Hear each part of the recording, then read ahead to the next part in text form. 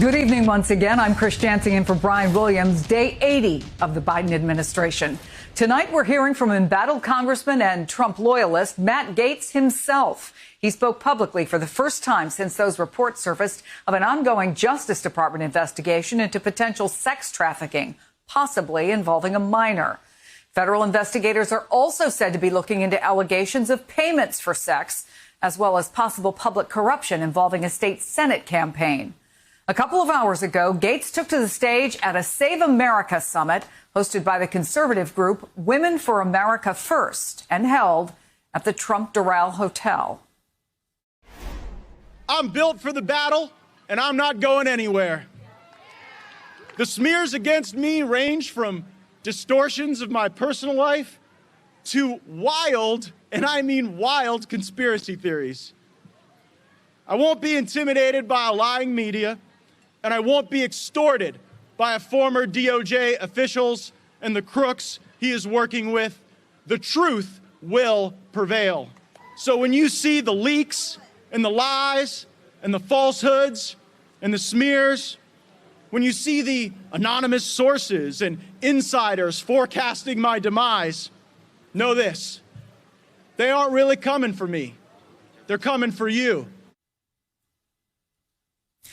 Earlier today, the House Ethics Committee announced its own investigation into Gaetz for sexual misconduct. His office responded to that with this statement, quote, "Once again, the office will reiterate these allegations are blatantly false and have not been validated by a single human being willing to put their name behind them." Gaetz is now lawyered up. He's hired 2 New York white-collar defense attorneys, including Mark Mukasey, who has also represented the Trump Organization. Peter, I'm not going anywhere. I mean, Matt Gaetz clearly is taking a page out of the Donald Trump crisis playbook. I don't know, maybe ignoring the fact that using the playbook actually cost Trump his job. But give us the big picture. What is the Gaetz strategy, and how does or does not Trump play into it? Well, of course, Congressman Gaetz wants to make this all about Trump and the anti-Trump fervor out there. He's trying to associate himself with the Trump base, of whom he has been a leading champion, obviously, in the last 4 years, and saying this is all political. It's all the same kind of persecution that they went after the president that these supporters really, admire. But the problem from him is that he has not actually been embraced by many of the figures in Trump's world. Trump himself has only issued a 2-sentence statement, which basically said, no, he didn't directly ask me for a blanket pardon. And it should be remembered that he denies the charges. That's all that Trump said. He didn't say he believed him. He didn't say he's being unfairly treated. He didn't come to Congressman Gaetz's defense in any way. And neither, for that matter, have most of the people in the Trump orbit. So what you see the Congress trying to do today is put himself in that position as yet another victim in the Trump view of the people who are out to get him.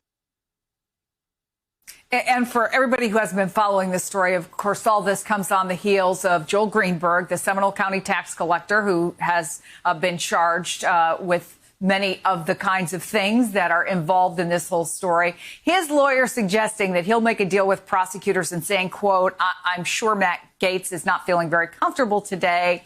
Had Gaetz's longtime sparring partner, Michael Cohen, issuing a kind of warning for him earlier tonight with Ari Melber. Take a listen.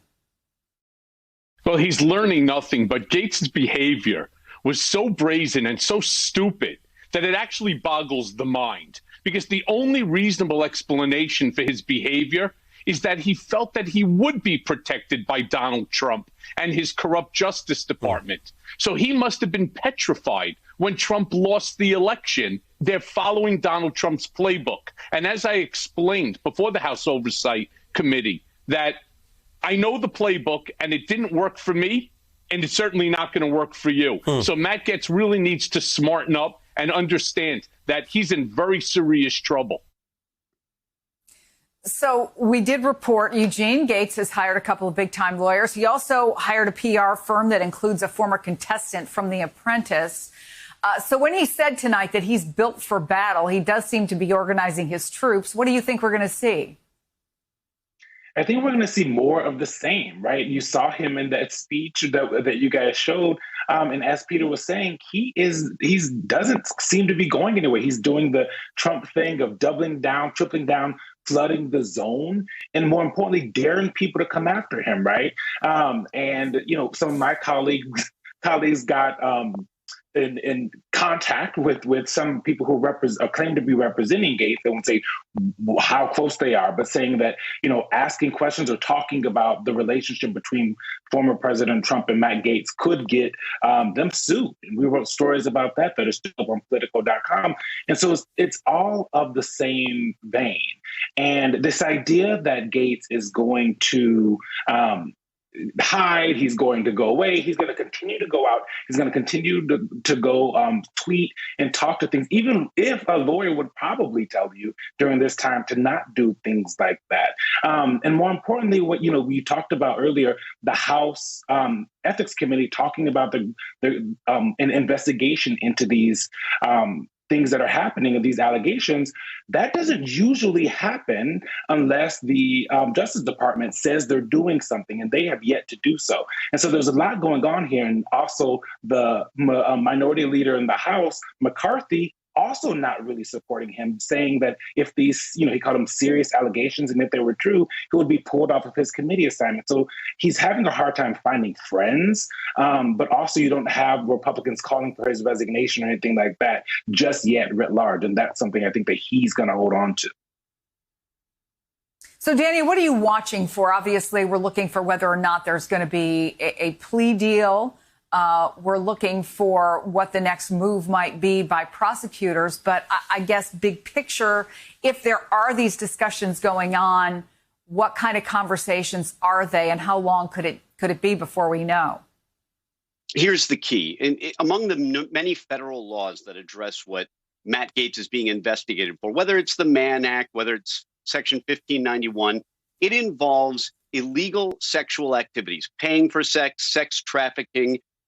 None of them criminalize lawful sex. So for now, the only information that is being reported is that, yes, Matt Gaetz may have paid money that through Venmo or some other app that may have ended up in the hands of women. So far, no crime yet. But the real key for me as a criminal defense attorney especially is, will any of these people, including this Greenberg character or any of the women, will they turn on him? Will they enter into a plea deal, and will they become cooperating witnesses against Matt Gaetz? Because that is the biggest factor. There is nothing so devastating to a criminal defendant than one of your old buddies or somebody that you knew coming into court, and even though they're under a plea deal, and even though they're only there to benefit themselves, there's something about them pointing at your client and saying that's the guy that done did it that really resonates with a jury.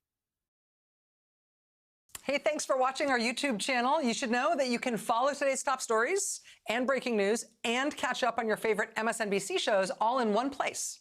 Download the NBC News app today.